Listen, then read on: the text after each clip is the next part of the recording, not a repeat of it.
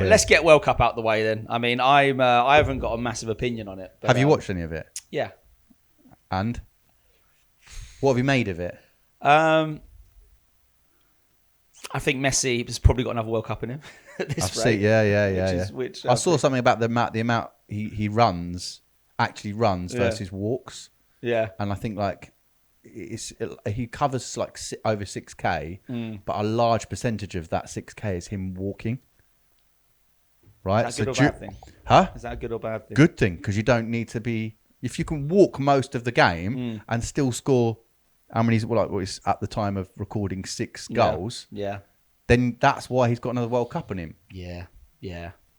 Probably.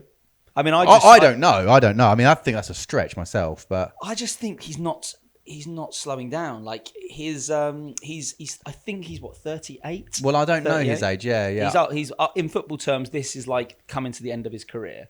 Yeah. But when you watch him, he is still as like lethal on the pitch. The guy is 39. Okay, so he's 39. He's, Just by turned, far one of the, if not the best players in the tournament.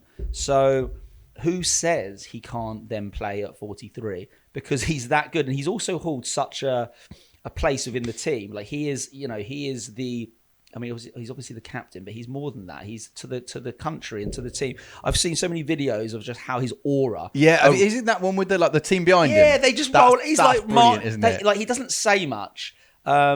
He doesn't over. I mean, he's almost like he's just very.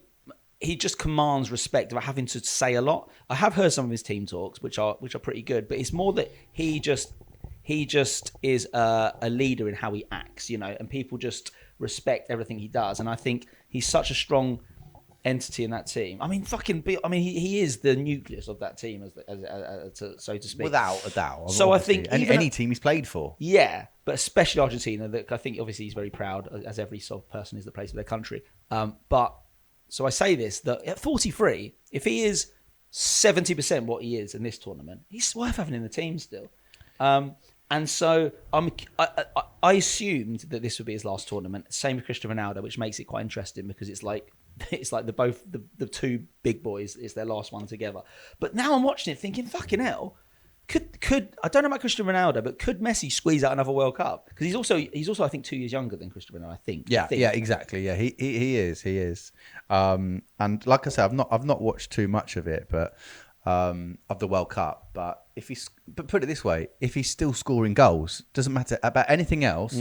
If he's still scoring goals, then he plays another World Cup. But I would have thought by the kind of, you think by going to Miami and then the level of football dropping, right, versus being in like the Spanish league, that would have an impact. Hasn't. No. Do you know what I mean? And obviously he's still playing with some, world-class players. I can't remember who's there at Miami, Suarez and someone else. Yeah, I also think what I've noticed, and I don't know whether this is just me, but the conversation about Cristiano Ronaldo and Messi about 5-6 years ago was very much like a 50-50 debate. It was very like, it was like the barbershop debate, and it was very sort of, it was like pros and cons to both, and it was very much quite an even playing field on who do you think's better. I don't think now there is much of a debate in it. I feel like Messi has pulled away. Yeah, in the last sort of 4 or 5 years. It's sort of unfair because if we do, like you just said, like Ronaldo's 2 years older for starters, right? And so if you're judging them today on who's better, it's Messi, right? If you go back, like to be honest, it's like firstly they're different players. So it's hard to judge them, but I think there's one that's just naturally gifted. There's one that's worked had to work to get to his level, and he was like in his prime, powerhouse, fast, strong. That's not Messi. Different kind of player. But when you go Messi or Ronaldo, I think most people would choose Messi. I just think it's less. I get what you're saying. I understand that was always like Messi's a freak of nature. I mean, the guy's tiny, and he's just, and he's so strong, and his whole like what is it? His like balance and his set. What's the word I'm looking for? Like center of gravity sort of thing. I don't know what I'm looking for. Yeah, there's that sort of he's got he's just very very sturdy and strong on his feet, and for a small guy, agility. Like, I don't know what it is. I mean, I watched this. There was like a slow-mo video of him. It popped up on Instagram, and it was and he did like a. I mean, I don't know how much of it was sort of like science-based, but they tried to make it frame it in a sense of like what he did was sort of like defies the laws of science. I don't know if it does. It clearly doesn't, because obviously, surely it's possible. But he goes one way, goes another way, and he falls over. I tried to get it up to clip it in. He falls over, and he's about to like fall onto his like onto the ground, but he manages to like keep himself up somehow, putting his leg. And like they were the way that the video was sort of like explaining it was like you really and truly humans shouldn't be able to get back on their feet when they're that close to falling over. And he manages to do it. And when you watch it, he's like basically sliding on one foot, right? And it is actually pretty freaky when you watch it. And look, I'll clip it in, and it's an interesting video, and it just shows the guy is just so gifted, and he can do things that most people can't do on the pitch. And Cristiano Ronaldo is obviously the perfect athlete in a sense of what he's achieved. But I just feel the last 4 years, because Argentina won the last World Cup, I feel like the Messi brand's pulled away a bit, and I feel like Messi's become almost. And I'm not taking anything away from Cristiano Ronaldo. I've got friends that are diehard Cristiano Ronaldo fans, and they would kill me if they were hearing me say this, because they would still be like, no chance, Cristiano Ronaldo. They would pull up all the stats of why he's better. But and I understand that it is it sort of obviously is an opinion to a degree, but I just feel like the last 4 years, Messi's brand of Messi has become almost godlike. Like, have you seen him when he fucking walks out of restaurants? Like, have you seen when he walks? No, I don't think oh my lord! Like. It is a bit like an MJ effect, actually. Really? Yeah, honestly. I'm talking like people are screaming. I mean, hundreds, if not thousands, are just gathered outside a restaurant he's in or a coffee shop he's in. Do you know what I would say, though? Is because, interestingly, we've spoken about MJ at length in terms of like being probably the second most popular person in the world, second to Jesus. But I think someone was saying, like, if you took MJ out of the equation, who's the most popular person in the world? And I think the name that was getting brought up was Ronaldo over Messi. Maybe. But because he's more of a commercial brand than Messi. People that are not into football don't know football. Yeah, I guess Ronaldo he's probably, don't know Messi. Yeah, and he's a bit more. He like I guess he's a bit of a pin-up as well, and he's been to. I think he's got sort of more that Beckham brand. Yeah, thing. yeah. They're like, I'm not saying Messi's not a bad-looking guy either, and I actually prefer Messi if you're asking my taste. In them, because I like the sort of quiet type. Do you? You know what I mean? Like unassuming. You know, like have Messi in my arm, but. I think commercially, Cristiano Ronaldo off the back of the Man United days, and he was with Beckham, wasn't he? Yeah. But which is mental, actually, to think him and Beckham, and now Beckham's been retired for a long time, and Cristiano Ronaldo's still going. Now Messi's playing for Beckham's team. Yeah, but footballers in general, actually, in regards to like popularity, you find that they are. I mean, I think it's the biggest sport in the world, isn't it? It's got to be. Oh. I think so. I remember a time where I sort of looked it up, and there was like an American sport that was not globally, is it? No, yeah, that's right. I don't think so. No, I think it's football. I think it's football, and it would make sense because if you look at these footballers' followings on social media, I mean, it's just. How do you judge what's the most popular sport? You just Google. No, I mean, but what data are they using? No, I think it'll be the most watched and played. So it's fan base, right? So it's like. They'll know from TV, I'd imagine, like viewing figures and stuff like that. I'm pretty sure it's football. I'd almost go on. Yeah, football. Yeah. I don't believe that to be the second most popular sport. What's the second most popular sport? Cricket. Again, no, it's the global thing. So you're thinking the third one, I certainly don't believe. Field hockey. I mean, what do you mean field? Apparently, it's especially popular in South Asia and parts of Europe. So field hockey as opposed to Can I read out what the top 5 says here? Field hockey as opposed to ice hockey. It says field hockey. Yeah, it's just a stip. Number 1 is football, soccer. Yeah. Number 2 is cricket. Number 3 is field hockey. Number 4 is tennis. Number 5, volleyball. The most popular sport. But I think, that surprises Estimated, me. Most popular sports by estimated fan base. That still surprises me. I mean, that's mad. Volleyball massively surprises me. I Yeah, don't even take that seriously. I mean, I understand. I know that there's an element of obviously there's an element of competitiveness to it. Yeah. But I feel like I've always viewed volleyball as just something you do on holiday. You know. That's mad. Yeah. So I mean, field hockey's interesting, but I think it is, again, it's like globally. So American sports are huge in America, and then they do sort of translate over to like basketball is pretty big in Europe, I believe. Yeah. American football's never really done the business over here. I've met a doorman once who was telling me he was an American football player in England, and I was like, "Are you? Can you say that?" He's like, "Yeah, I'm a pro." You're working here, aren't you? Yeah. You're not. I mean, I'm not doubting you're not good at it, but I don't know if you can be. I don't know. It's because I always think, actually, if I had a kid, or if I was like a 5-year-old now, and I was looking at, and I had the ability to be able to think through what I wanted. Yeah, basically, if you could choose a sport to succeeding now, I'd probably choose something that was like pretty like not as competitive, so you could get further in it. So I think fair. Like table tennis. Yeah, you know, like starting at 6-7 years old. But you've got to look at the Asians. You can say it, I think. No, I was going to say more about the financial reward. Sorry, pulled the race. I thought you were thinking, no, they are some nationalities are better. You want something than that's popular but less in the. I don't know. No, but I think now, because there's a lot more. Most sports have been commercialized. There's more money in most sports. So anything you do now, because of like just the way the world is now, with like, and you know, there's more money. I'd imagine probably in volleyball, there's more money in table tennis because of brand deals. But more not on the commercial side than the actual sport itself. Yeah, and just more. I think more. You know, just in general, I think there's just more money in and around sport, and so like. I'm trying to think of another, like badminton maybe. Like if you really worked hard at badminton for 15 years from a young age, you'd probably get to the Olympics, wouldn't you? Yeah, maybe. I don't know enough about it.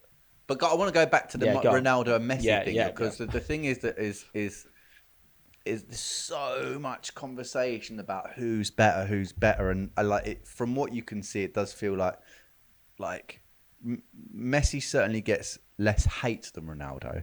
But aside from that, I don't get it, because it's just like you get this all the time with sportsmen. It's just like they're both sick. They're both two of the best of all time. Yeah. And so it's just like, forget who's better, because there are arguments for both being better. Ultimately, like I said, it feels like Messi generally sort of wins that. But you get it everywhere, like tennis when it was Djokovic, Federer, Nadal, and maybe Formula One, Verstappen and Hamilton. It's just like, they're just... Go on. I always think, like, right now, in this era that we've had some of the best ever of all time in all of these sports. You don't get too caught up in who's better. No, I know, but it's fun, isn't it? And I think it's also people create these narratives as well, which makes it more fun. Like I remember seeing a video the other day, and it was comparing Messi and Ronaldo, and obviously they were a Messi fan because it showed, you know, it was something around the lines. And again, I'll try to clip it in because these are great, to be fair. It was like the reason why Messi's the GOAT, you know, because he's also got a heart for his fans, and he's also you know, a very altruistic guy, or whatever. It was like, basically Messi's a nice guy, and Cristiano Ronaldo, this is why Messi is better than Cristiano Ronaldo in every way, even as a human. And it shows like Messi like hugging a fan, going out of his way, and it shows Cristiano Ronaldo like some kid coming up to him, just elbowing him out of the way, and it's like, that clearly happened, but that's one clip. Yeah, exactly. And they haven't got. I think they've got another one of him sort of like rolling his eyes at a fan or something like that. Yeah. And it's like, it was just showing how like one of them's like really kind and nice, and the other one is just an evil You know, And you know what? And I'm thinking, yeah, but that's 2 clips. And even some of the comments were like Cristiano Ronaldo is like decent to his fans, and I've seen him be really like he is. He's a cool guy.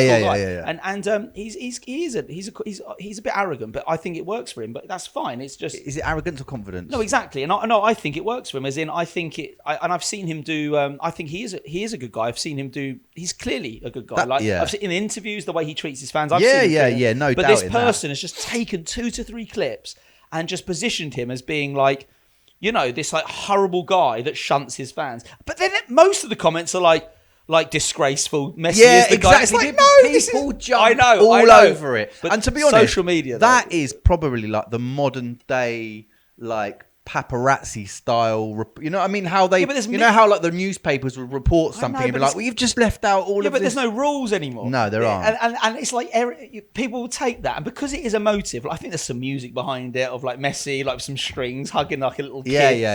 And then you've got like Cristiano Ronaldo. You can paint a picture any way. Yeah, you want like now. ignoring a kid in a wheelchair. You know that it was they really painted it, and I thought, you know, this is obviously like, you know, it's just a fan doing it on Messi's behalf, but I can totally see how people will watch that and go, well, Cristiano Ronaldo's a cunt. Then and they'll come away from that thinking he's a cunt. He's not. You know, I know, it's a joke. but honestly, it went viral, obviously. But then, you know, you could probably find videos of Messi doing the same. Yeah, exactly. There's a lot of videos of Messi acting weird. Have you seen these? No. And you know, he doesn't do himself any favors. But again, chop that in. It's clipped. It's clip footage, but Right. there is a lot of stuff where it's like Messi was only built for football, where it's basically how he's probably socially inept a little bit. And there's like, again, videos of footage of him, and I'll put it in because there's loads going around. And it's sweet. It's just him standing next to his wife, you know, and he doesn't want to be there. And I don't blame him, to be fair. He's like got press engagements, and he's there at the Ballon d'Or waiting, and he's just acting a bit odd, you know. But I love it. And by the way, I find it endearing because the guy clearly doesn't care for fame. He probably doesn't want the attention. And that's why I think it's not. That's where I'm a Messi fan, as in I'm sort of Team Messi over Team Ronaldo, just because I find him quite endearing. But he does do some weird stuff. Like there's a Congo of him with doing a Congo line at one of his. I think it must be like I don't know what team he's with. You'll notice by the players, maybe Barcelona, maybe. Yeah. And you've got to see it. And everyone's like, I think Beckham's there. Like, of course he is. And everyone's like in the Congo, and like, and then you just see like a few of these footballers, and then just Messi's just behind them, like not getting involved, doesn't know what's going on. He's probably like, get me out of it. And yeah, but I love him for it. And I just think he just doesn't care for the nonsense. And I think it's not even that. I just think he has no, you know, they say he might be on the spectrum. He might be. But yeah, he just doesn't play the celebrity. Which is fine. No. And I think that's why maybe some more probably people warm to him, because maybe Ronaldo sort of. I don't necessarily think that Ronaldo craves the celebrity attention either. I think he embraces it though. Yeah. I think he embraces it. Yeah, and probably suits it a bit better than Messi. Yeah. But again, and I actually really like Cristiano Ronaldo, and he's actually a good guy, and he's a good guy. They're both great guys. Great footballers. I mean, he really is. I've seen Cristiano Ronaldo in interviews as well, where he's defending. There's a kid that asks him a question. And I've seen that. They laugh at them. Yeah, and he can't speak very good English. Yeah. But he's trying, and the kids start laughing. He goes, "Why are you laughing at this kid?" He said he's trying to ask him a question. He defends the kid, so he's got a good heart, and I know he has. I've seen him in enough interviews. Yeah, he's totally. a good guy, but he also understands, and he clearly knows how to play the celebrity. And listen, he's done really well, and I really I rate him. I think he's amazing. Like you said, we've been spoiled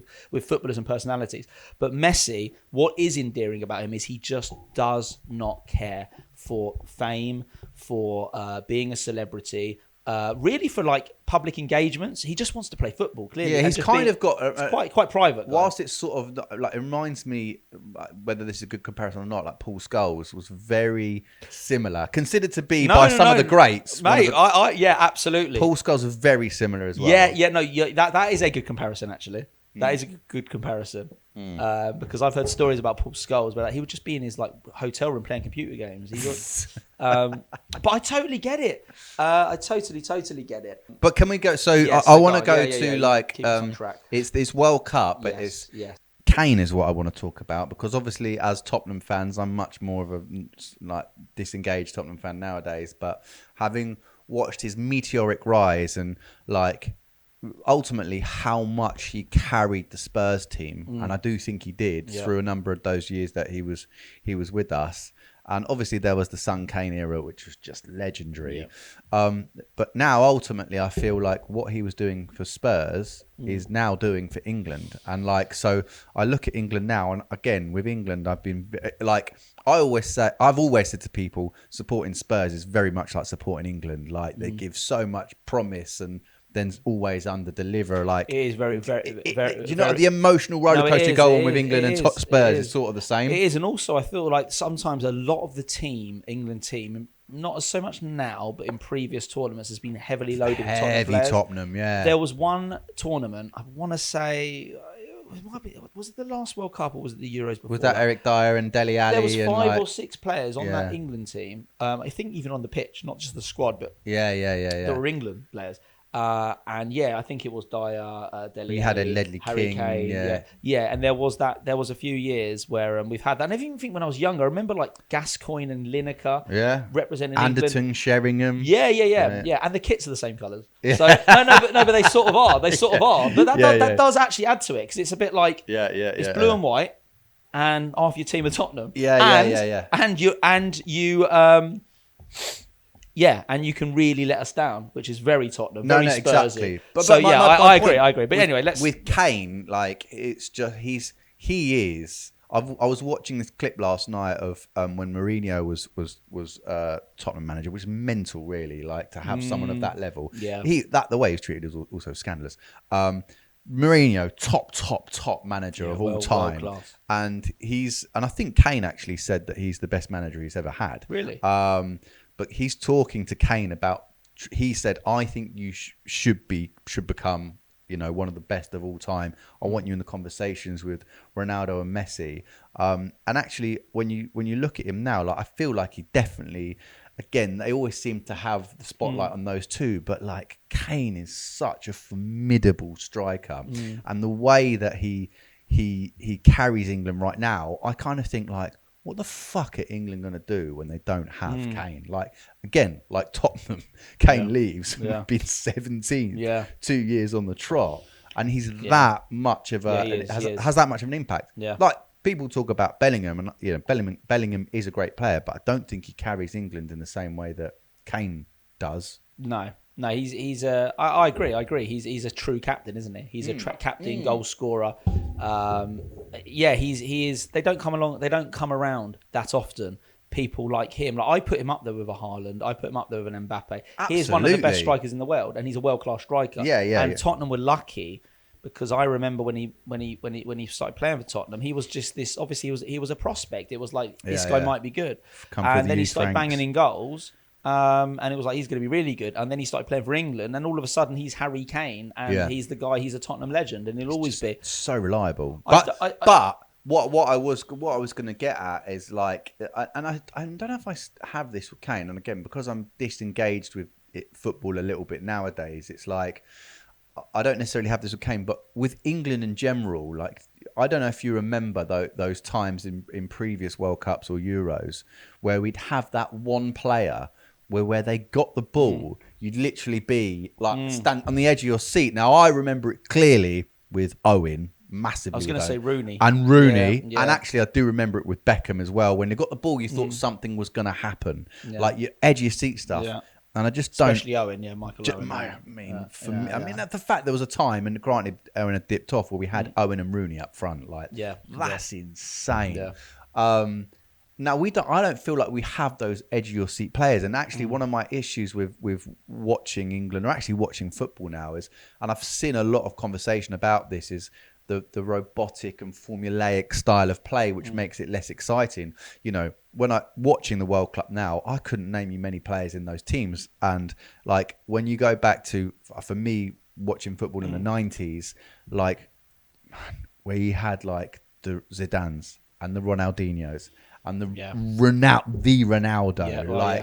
absolute. Yeah. And you had like France and Brazil against in the final, and it's just like superstars, every position was Henry, filled with a superstar. Roberto Carlos, Cafu. It's just like insane talent in every position, and you're talking like could get into any team. Now, I just struggle with the game because I find it less exciting to watch, and actually, I don't know many of the players. And you think in a world where there's so much opportunity to become known by the masses because of things like social media, it just doesn't seem to. I've heard from my brother who does kids coaching, but he deals with like academy players and understands like stats around this sort of stuff and how you get chosen and things like that. So what I've learned from him around the like you said about it's a bit like robotic now, they're not as flamboyant, is I'll ask him again around it, but he's saying something around like they really like they're so it's a lot of selection now when you come through the ranks is based on like statistics. Yeah, it's very stat based, and it's about so you don't want to be losing the ball.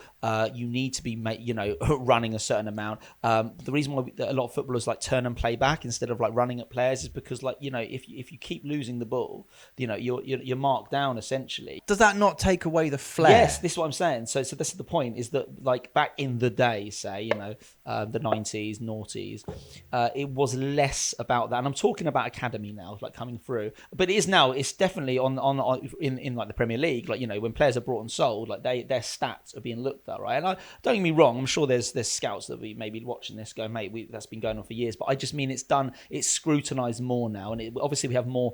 There's more data to look at. A big part of the game is about keeping possession, and if you're going to run at players and try things. And become a Ronaldinho, become a Zinedine Zidane sort of player, and they're out there, I'm sure. Because ultimately, like most athletes improve. They've got better, nutrition. Everyone's an athlete now. You say about Cristiano Ronaldo, and even earlier than Cristiano Ronaldo, a lot of these, you hear like Roy Keane talk about this, and back in the day in the 80s and 90s, you go for a curry and a beer at the weekend. Even like up to like maybe 10 years ago, maybe 15 years ago. I think it's become a lot. Back then, it was like you weren't really an athlete. I know you played football, but they didn't think you weren't elite level athletes drinking beer and eating curries. You were less an athlete, but more a warrior. Yeah, and it's like a Jamie Vardy was like the last. He was a bit like of a throwback, really, where Jamie Vardy was this. He was drinking, partying, not having the best diet, probably. But he could perform on the pitch because he was just built differently. Where now everyone's a Cristiano Ronaldo. Everyone is at their peak of their athleticism. I think when you chase stats and become more data led, it sort of pulls away from the creativity of it. Yeah. And that's what I say. So when I watch it now, I don't find it very exciting to watch. Like, and that goes across not just watching the World Cup. That's the Premier League, which is meant to be the best league in the entire world. Yeah, in the game now, I think it has changed a bit. I know that everyone thinks that everyone likes to reminisce on how things used to be great, and I think. There is merit in what you're saying, because I agree when you look at the Brazilian team and also the Italian team. Yeah, the Italian team. But the Italian team is like in the early 90s. It was insane. The Brazil team, the Rivaldo, Ronaldo, Ronaldinho, Kaká. Roberto Carlos. There's just that's insane, isn't it? No. Those five coming out. That's insane. And you get there's footage of this where it's just like it just shows the camera. I think it's on World Cup. When was it? Was it 96 World Cup? Was it in USA? Was it 94? No, there's 98 was France. Italia... 94 was USA. Yeah. Now that World Cup, that was Roberto Baggio. Yeah, well, that was the R9 World Cup as well, I believe. Yeah. Was it his first one? Yeah, mate. Yeah. That team, the Brazilian team, it was menacing. The one that I think that we've not spoken about at all, which I can't believe, we've never spoken about boxing. Huge boxing fans, and granted, like I got into the game late, but like the one fight that we've always wanted, we look like we're on the cusp of it happening. Is AJ Fury, and I've always been huge AJ fan, very much team AJ, but also I'm not one of these like love one to hate the other. Love Fury as well. I've loved seeing the fights of him and Wilder. I've followed them both.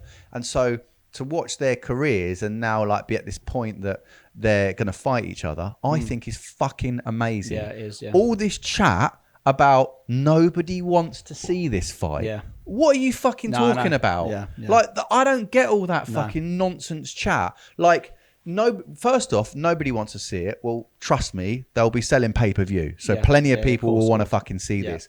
And now the other thing is, like, there's this conversation now about the fight not happening in the UK. Now, like, I sort of understand that. Like, yeah, obviously, you'd want it at Wembley, right? Obviously. But there seems to be so much energy behind the fact that it's happening in Vegas. I'm not sure that same energy would be there if it was going to happen in Saudi Arabia. Like, if it was going to happen in Riyadh, right? And during Riyadh season. Like, it'd just be like, well, okay, yeah, because, you know, Turkey Al Sheikh's going to put up all the money, so it's going to happen over there. But the very fact it's happening in America, it seems to be like there's more of a problem with it happening in America. Yeah, but I think the time difference does make does make a big impact, and it's not a trivial thing. So if it's in Saudi, the ring walk is about 10, 11. If it's in Vegas, you're staying up till 4, 5 a.m. That's big true. Yeah, that's true. Now, is that? Do you think that would be fact that if we have it in Vegas, we'll be staying? They wouldn't just have it in the day. It will be. I mean, look, they've never done that before. They might. I mean, I don't know. I don't know, but I think, like, you know. I don't know. That would have I don't know, but the assumption is it will be the ring walks will happen when they usually happen in Vegas, which is about 2, 3 a.m. because it's obviously it's the main event, so the undercard will get going very late. And you know what it's like, you stay up all night to watch it and you're late for work, whatever, or you don't go into work, or you know, so you just have a real shitty next day because you're knackered. Well, but hang on a minute. The fucking England-Mexico game is about to be 1 a.m. on a Sunday. The difference is that this is a World Cup tournament and you get what you're given with the times. We're talking about a fight being made by two British legends who the British public have backed from day one. Okay. Yeah. And I feel that if it was in Vegas, I would feel a bit shortchanged. Now they can do what they want, and they have earned the right to go wherever the money is. And yes, they want to make as much money as possible because this is just about where the money is. That is it. The only reason they're looking to Vegas is because of how much money I think it'll be MGM Grand or somewhere. I don't know. But I mean, somewhere in Vegas will put up, it's only to do with money. But you've got to think to yourself, and ultimately it's down to the boxers. That's from what I've heard from think that?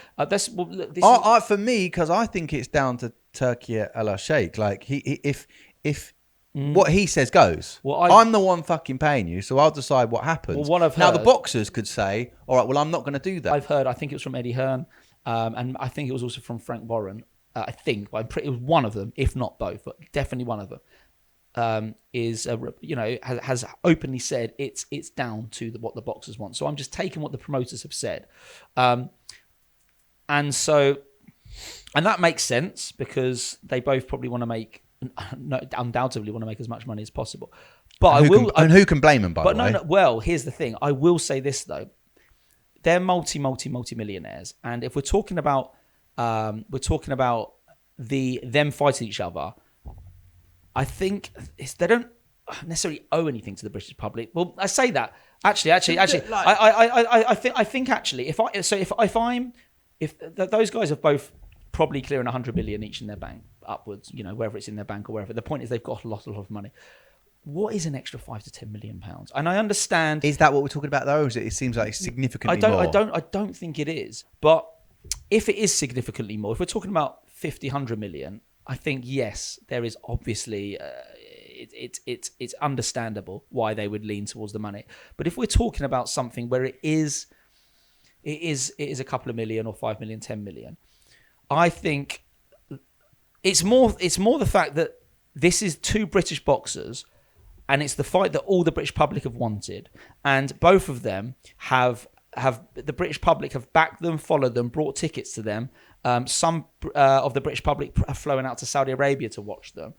Some of the British public have flown out to New York to watch AJ, and probably have flown out to Vegas to watch Tyson Fury. Who's been paying that pay-per-view? Majority is the British public. I'd imagine the stats would show that the British public we've sold out stadiums for them. We've brought tickets.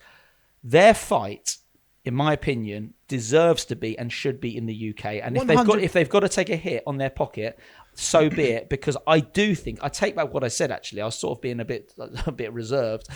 I think they do owe it to the British public. Well, listen, I'm not sure.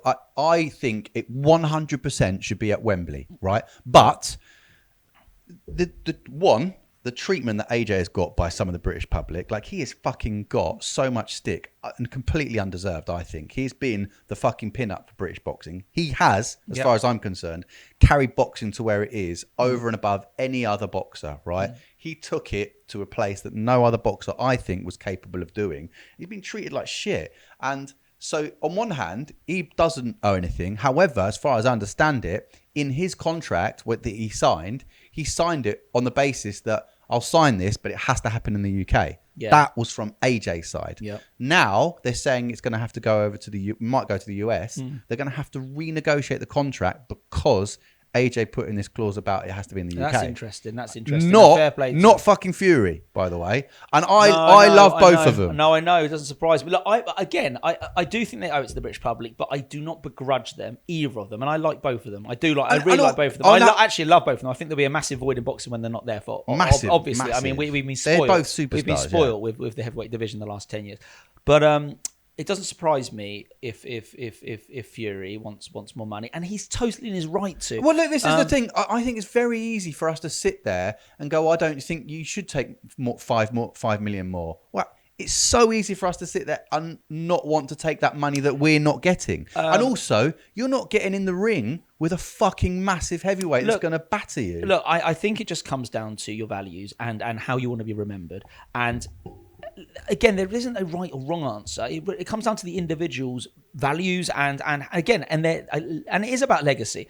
And I'm telling you now, if I didn't have a lot of money and I was offered 5 million to go to America or £1 million to do in the UK, I'd be on a fucking flight tomorrow to America. But if I had 100 million in the bank and I was offered a fight in the UK with a UK fighter with all the jeopardy around it, of all the hysteria, with all the history of these two, I personally would do it in the UK. But and you're saying it's easy to say that. I do think it's easy to say that. But I'm making clear if I wasn't loaded, I would absolutely be in America, but that's just me. And maybe it would change. My opinion would change if I got an email saying if you're getting in the ring and you're gonna, you are sort of putting your life at risk to a degree, and also like it's like no, I got to say if you're getting, I think that what are they getting? Do you know roughly what they're getting reportedly? No. Right, so hundreds of millions. Do you think it's hundreds of millions? Right. I think. I think it's more than 50 million. Right. For argument's sake, just say 50 million. Yeah. Just for argument's sake, if it's 50 million in the UK or 65 million in America, I would honestly expect them. I think they should take the 50 million to be in the UK. I think they're rich enough. They've got fucking hundreds of millions of pounds. I'm sorry. You say it's easy for us to say. Yeah, you're right. It is, but.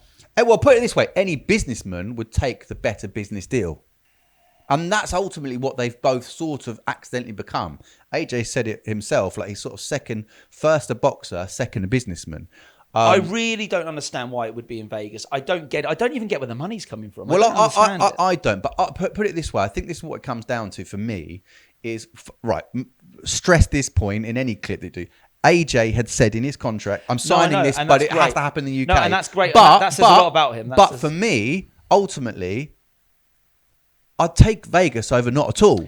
I think that's the thing that people need to remember. It's like, you can whinge about it all you want, but I don't care where in the world it is. I want as long as they fight each other. Yeah. Listen, where it is, I would prefer it to obviously be in the UK. 100%. And my second preference would be Saudi. I do think the time zone you're overlooking, it really is a fucking pain in the arse, right? But obviously, to fight in Vegas or not at all, obviously it's Vegas. I think it's the absolutely biggest fight in boxing. And I know you get, Simon Jordans and people say, they're done. Cobra loves it talking as well. About, I love Froch. Yeah. But I think a lot of people, there are like fights out there that are, I don't know, like for the purists, like the Bivals and all that sort of stuff. Yeah. But for the casual or someone who's like sort of like just interested in the big fights, and I would say, I follow boxing, but I really mainly follow the heavyweight division. And exactly. I'm a bit of like, we've been to a few of the live events, we've gone to Wembley and stuff, but we're not. I wouldn't say, I'm not a purist. I don't follow the up and comers in the featherweight division. No. Mexican who's going to come through. Yeah. But for the average Joe, this is the biggest fight in boxing. Absolutely.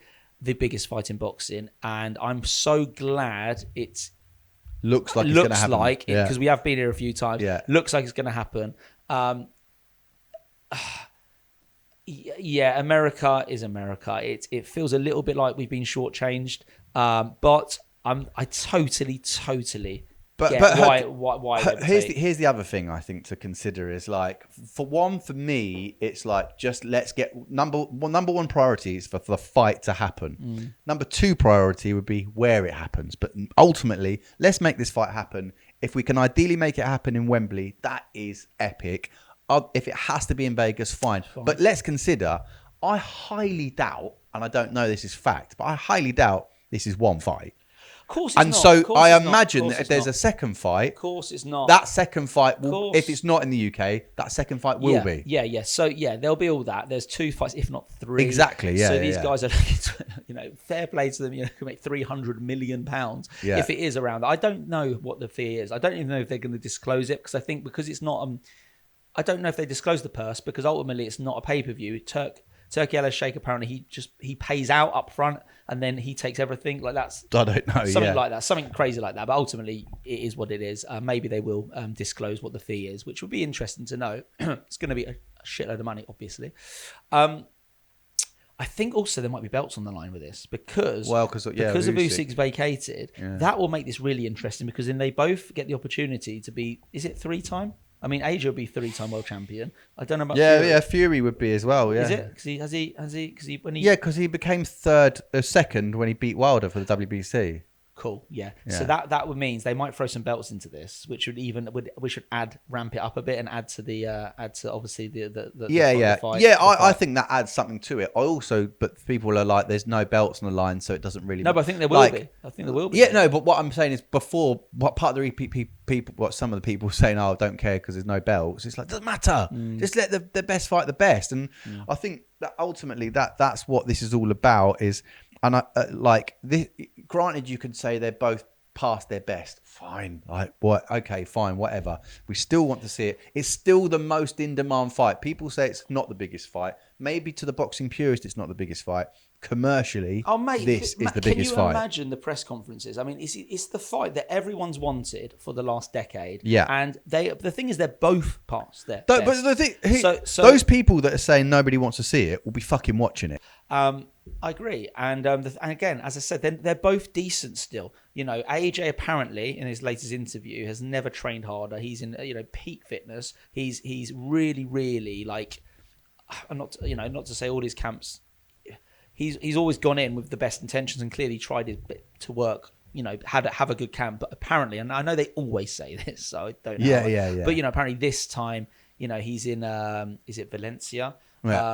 Sleeping in a single bed. He's gone back old school. He's really like a dialed in, and he's in. I mean, AJ's always in great condition. And so it makes for. I think they're both. I don't think they're both that. So they're probably both past their best, but I don't think they're that far gone. Ultimately, it's still 50-50. Exactly that, yeah. And I actually think it's gonna. I mean, I can't actually call it, but I can't call it. But obviously, again, in this one, I've always supported Fury in his fights and always supported AJ in his fights. But here, I just wonder that, like, people talk about AJ being chinny, like, fair enough, but like, you get whacked with any of those punches, anyone's going down, and I think maybe he just exposes his chin more than anything. But I think with AJ, like, it's the conditioning. Like, I just wonder, as you get older, is the conditioning more of a factor? Maybe. And I think, like, we talk about Ronaldo, like, the one thing he's done to keep him going to that level is his conditioning. But it's still a 50-50 fight, and that's what's going to make this so fucking epic. Yeah. It just has to happen. I was going to talk a little bit about music. What do you want to talk about? Rappers. Okay, what kind of rapper? Well, I wanted to sort of like throw some, but really like just a appreciation, really. Oh yeah, I love this. You appreciate different rappers to me. Yeah. Because I always find that when you ask me who the best rapper was of all time, and then stated yours, which was Fabulous, obviously about Eminem, fine, but you said Fabulous, right? Well, yeah, no, so yeah, but I don't know, because that's crazy. For me. It is. Yeah, for me, Eminem is Eminem's for me number one. But when I say Fabulous, actually, I don't mean he's not necessarily like he's number two. It's probably more your favourite. Yeah, no, and I was actually going to bring him up. So for me, Fabulous is someone who he's one of the most like sort of underrated rappers. Yeah. And personally, he is top 5, if not top 3 for me. Yeah. Wow. Yeah, absolutely. And I'll tell you why. Wow. Because a lot of people associate Fabulous, unless if you're really into rap. So are you getting his name right? Because we get pulled up on name pronunciation. Fabulous. I think it's Fabulous. Yeah, it is. It's spelled Fabulous. Yeah. But you're pronouncing it Fabulous. Yeah, whatever. How is his name pronounced? Well, I guess Fabulous. It's a good name. Is it? Yeah. It's Fabolu. Yeah. So for me, he's like top 5, if not top 3. Personal favorite because of just the balance of flow and his just delivery. Like he's very, very punchy. He's very like his punchlines are just so fucking good. And what I think he gets is that, again, if you're into rap and you know about Fabulous, you're going to be, people know, they rate him. If you're into rap, you know that he's a serious rapper. But lots of people don't take him seriously because they see him more as a feature rapper. Like, because he did like Into You with Tamia. No. Yeah. No matter. No, hang on a minute. I'm singing Dilemma, aren't really I? like what you've done. Exactly. Tamia. Yeah. Is it? Are you sure? 100%. Okay, fine. That was his like biggest tunes commercially, and because it's a bit of a love song, a little bit of a love tune. It was originally a Tamia song. Yeah. And yeah, so that sort of I think people, and even I'm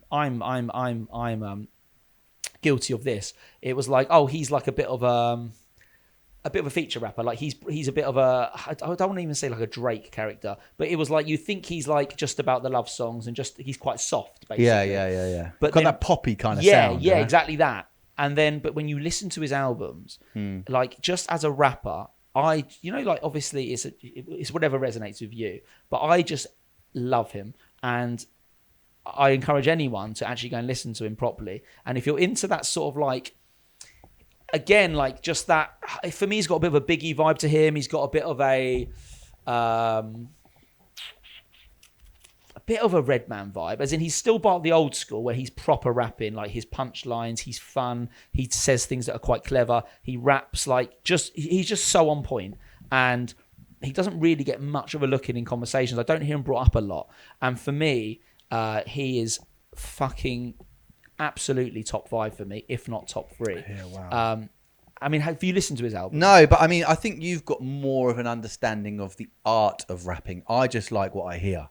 Like, as in, I listen to something, and if it sounds great, then and the package is great. But yours, the intricacies of what they're saying and how they're saying, and all of that. I just like bounce. I like bounce. Same with like garage MCs, and I've always liked bouncy rappers and bouncy MCs. I like someone. That's why I always said Devlin's one of my favorites as well, because he hit flow and lyrics. So like some MCs, and I'm going to stay on rapping, but some people really have a great flow, but lyrically they're not there, but their flow's so good that it's like, I can listen to this guy all day, but they're not really saying much of anything. And then you get people on the other end that are very lyrical, very smart, very sort of like thought out. Their lyrics are like very, that's clever, but their flow is a bit off.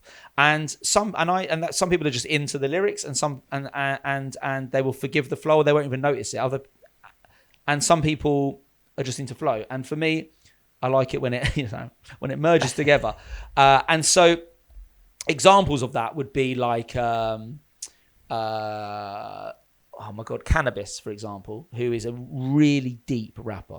really deep. Have you heard of him? No. Right, he talks about the cosmos and like fucking, like he's so smart and very, like, you listen to him and go, how the fuck have you put that together?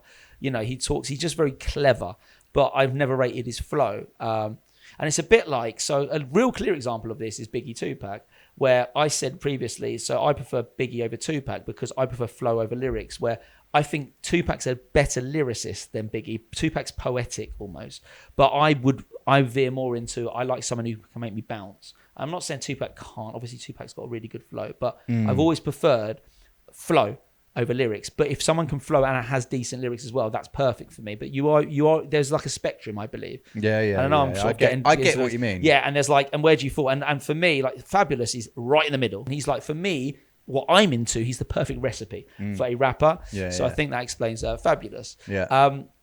But I was actually not going to bring Fabulous up. Oh, okay. But thank you for bringing him up because I love him and I just love talking about him. He's great. I was going to talk about a rapper who is so formidable, and I feel like he's such an entity. Who do you think I'm going to say? Oh, that is I probably need more than that. Formidable and an entity. Just like US? Yeah. Jay-Z. Kanye. No.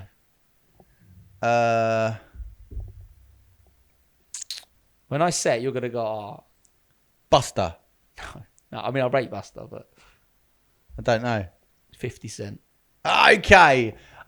So he's another one that I probably didn't lean into enough because even like, so I remember my nephew and like his mates, like, you know how we get into the old school MC, like 50 Cent is an old school MC or old school rapper, I should say, and absolutely love him. I never was really like properly into him. This is what I mean. Not because he wasn't any good, just because it's sort of similar to Fabulous in the sense of it was all I was exposed to were the chart hits, basically. Really? I never listened to the Get Rich or Die Trying album. Mate, I mean, this is the thing. Like 50 Cent as just, again, like just a brand and an entity. What he did for rap, in my opinion, especially is like when I was growing up, he was like, I was at school and 50% was around, and he was Eminem's artist. That's how it was like positioned. It was like Eminem and Dre found him, but it was I guess now if you're younger, obviously he's really old school. For me, I don't think it was old school. No. Sugar Hill Gang was old school. Yeah, exactly. Or like NWA, right? Yeah. So, but I just mean he's so. I mean, he's just like undeniable, like what he achieved and just how fucking sick he is. And again, when I say formidable, I mean his first of all, he's just an amazing rapper, right? He's just an amazing rapper. Distinctive sound. His voice, actually even getting shot, actually made him a bit like more of like that. He didn't rap like that before he got shot. Right. You know, he's like, he's like, his jaw is a little bit clenched. He's quite like, he actually has a very distinctive sound because he got shot in the mouth. Ruggedness, yeah. Well, just like he's almost like slurring sometimes. That is because of his shooting. Before he was shot, there's audio, and he sounds a bit fresher. He's a bit more clearer. Right. But so the shooting, albeit it was probably horrible for him, it actually worked. It actually helped. Yeah, silver lining of anything. Actually, it helped his rap career. But it's just, but yeah. So his actual lyrical ability, like what he says, is just like he's very sick, just sick lyrically, flow, and his sound, very distinctive sound. Tunes, insane. His actual. So album. Coming away from like his most familiar ones, which is his the best example of him. Well, being a great rapper. G Unit. Oh, so there's tracks he did with them. Yeah. So this is what this is why I feel like he is just such an entity. Is that solo career? I think it was Get Rich Die Trying was his first album.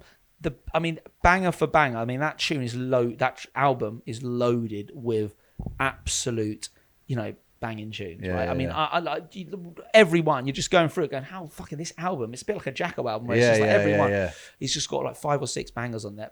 But then he went and did G Unit with, he got I think Tony Yayo and like Young Buck or whoever. I mean, they were just I can't remember who they were, but Lloyd Banks and Tony Yayo with I think the main rappers, and then you had I think Young Buck was the singer, I think.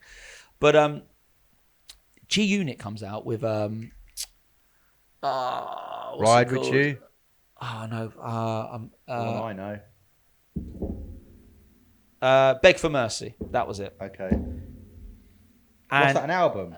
yeah, G Unit, Beg for Mercy, and he dropped it around the same time. You know, within the space of a year or so of his solo album, I believe. So it was around the same time. Yeah. Um, Right, debut studio album, yeah.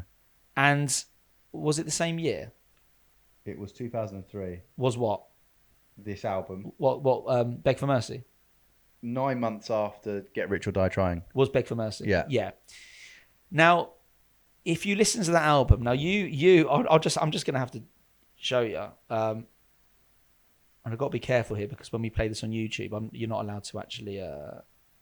You're not allowed to play the music, so it actually fucks. I'm surprised it gets caught. If you're playing such a short, do you know what? I think if it's short, you're all right. So Short clip.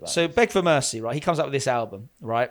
When you hear these tunes now, these are so like they are iconic. Yes, that's exactly the word I'm looking for. Yeah, Well okay, done. Yeah, yeah, they're just iconic, and you think this guy's just come out fresh with an album, and he's then put together his boys and put together G Unit, which by the way is a whole brand of their own. Like G Unit just took over like the rap scene in my opinion, especially in the UK. Like if you're a young kid in the UK, you're listening to G Unit. Like they became this thing of like So I always, and when I hear him in interviews and I see him and how well he's done with his vitamin water, and you know he's made a shitload of money, and the way he carries himself, he's funny. He's very. I don't think he drinks. I don't think he does drugs. He's quite a disciplined guy. He's a very interesting character, actually. Where do you rank him all time?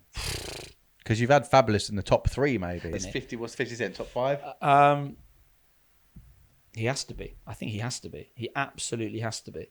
He has to be. If it's American rappers, I would say Eminem number 1. I would say Fabulous number 2, and I'd probably say 50. Number 3. Fucking hell. Okay, yeah. What about you? It's difficult for me because, like I said, I'm less into the art and more about the sound. And yeah, man. But I've said it before, but Method Man, I love the Wu-Tang. I love the Wu-Tang, and Method Man was the main guy for me in the Wu-Tang. And sick, his flow and his lyrics, for me, his flow was just amazing. And again, when I listen to the lyrics, I'm just like, I just loved everything he did.